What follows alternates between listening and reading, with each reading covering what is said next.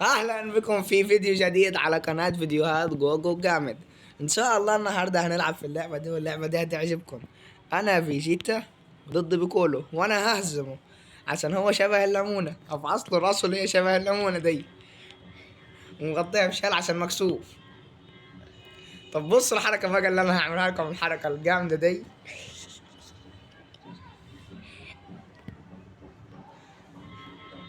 انت يا بيكولو الكلب بتضربني انا، قصدي بيكولو الليمونة ما تزعلش.